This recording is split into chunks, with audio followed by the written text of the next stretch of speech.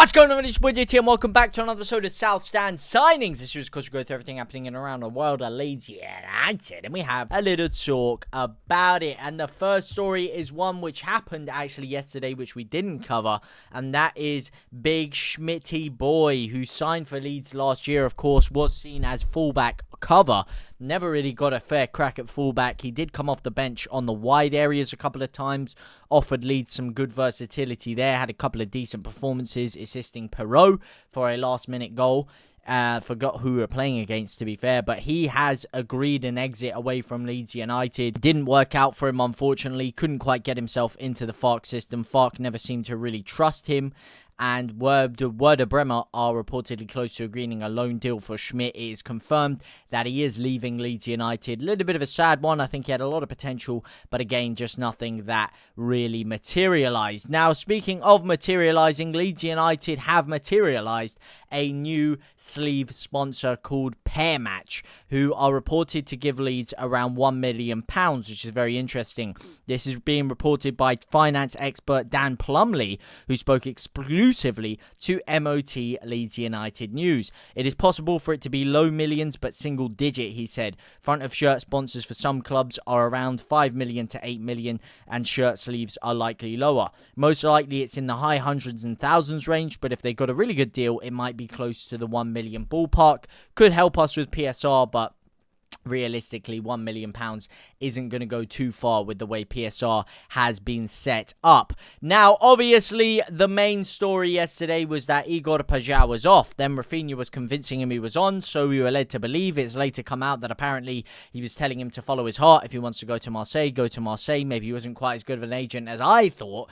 And the deal was back on. Marseille ended up agreeing another move. So now Leeds are looking at alternatives. One of them being Bakwa, who plays, of course, for Strasbourg in Ligue 1. Another alternative for Paixao, and we will go into his into their stats in a second. I will have a little look at Bakwa, and we can see if he's a suitable replacement. Another one linked with Leeds United very quickly after is Jeremie Boga, who, of course, Leeds United were also looking at. We spoke about a couple of stories about this earlier on in the week. He is someone who Leeds are also looking at in that wide option. But let's not waste any more time delving into stories that aren't really there, and let's have a little look at the two players in question. The first one is going to be the aforementioned Jeremie Boga, who played 21 times last season, registering 1 goal and 1 assist in Ligue 1. 2 goals in 3 Europa League appearances. It is important to note he only played 139 minutes in the Europa League and only 1,000 minutes in Ligue 1, despite playing 21 matches. As you can see, he's had muscle injuries. He wasn't selected for certain squads, and he also had quite a lot of times where he was appearing off the bench, but mostly due to injuries was he not playing that much. Only 13 appearances off the left side, so not something that's going to fill you with a lot of confidence.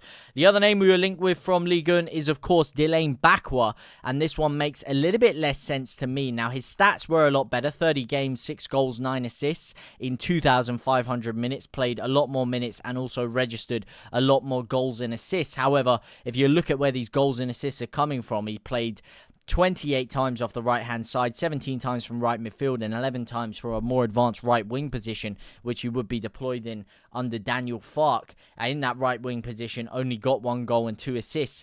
And for me, we need to be looking at someone who can operate off the left. We've got Ramazani, who I think is the main man off the left, but we don't really have any backups. For me, Nonto and Dan James are going to be vying for that right-wing position, and the left-wing position is currently between Jack Harrison and Ramazani. So unless if he gets rid of Jack Harrison, moves Nonto over to the left-hand side, and then pursues someone on the right-hand side as a backup to Dan James, that makes a little bit more sense to me. But otherwise, this move doesn't really make any sense, and it's not one that I think we should waste too much time on. Speaking of wasted time, though, there has been a lot of wasted time on this man, Mr. Mateo Joseph, and it was reported earlier that Girona wanted him, and now Sport are reporting today that the La Liga side have contacted Leeds United over a move. According to the newspaper, Girona are not willing to pay the £12.1 million asking fee, and are trying to opt for a loan deal, and the club are reportedly in a rush to complete this signing, with Real Betis also circulating around who have made him their priority. This is very good for Leeds that there's two clubs that want him quickly, because that means we can battle them against each other, as we did with Marseille for Igor Paixao, and potentially increase the fee that one of them were willing to pay, the same way that we got messed around with Paixao, where Feyenoord were getting Marseille to give them more and more money and leveraging Leeds' interest to get them to give them more and more money. And this is the situation we got going on now. I wouldn't accept a loan deal. I don't know what you guys think. Loan deal for me, not going to cut it. He needs to go on a permanent basis. Speaking of Marseille, who just nicked us to the Paixao deal, they might be mugging us right off now, taking our first choice winger and loading us off with someone who we wanted last year, and they snagged him off us again. Marseille really starting to mug Leeds off now, and they are trying to potentially allow Jonothan Rowe to leave, and Leeds United are obviously interested in him, showing interest last year when we instead opted for Manon Solomon because we couldn't get him over the line. He went over to Marseille and hasn't had a great season, but he is being backlinked with Leeds United after finding life difficult in France. Could this be a change to reinvigorate his career, playing under Daniel Farke, playing in English football again? Potentially, but it is a step up considering he moved from Norwich, who are in the Championship, to Ligue 1. It hasn't kicked on. Now he wants to move to an even tougher league in the Premier League. If we just have a little look at some of his stats as well, you can see in the Championship, not really under question. 12 goals is pretty decent in 2,000 minutes there.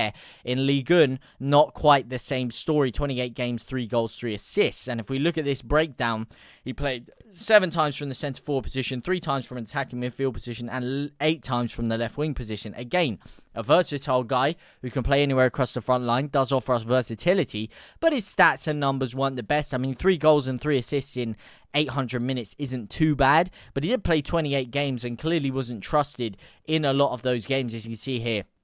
29 minutes against Nice, 29 minutes here, 23 minutes, 24, 28, 11, 45, 60. Doesn't have a lot of regular, consistent game time under his belt. If he was brought in as just a backup, I accept that. But the way Leeds were going for Paixao, we're clearly not looking for a backup winger. We're looking for a top upper echelon winger to slot straight into the side. And I think we should be looking elsewhere personally. Now, elsewhere we are looking for a striker. And the newest name to hit the block is Mehdi Taremi from Inter Milan. And Inter Milan are apparently keen to sell the forward, with Brazilian side Botafogo showing interest, and the striker's representatives were apparently waiting to hold talks with the club over a potential deal. However, the Botafogo sporting director then clarified that they weren't interested. However, Leeds United are apparently showing interest in him. It's very slight interest right now. We haven't heard too much about it, just word of mouth so far that Leeds seem to be looking at him. And of course, we should be looking at a whole range of number 9s to get done.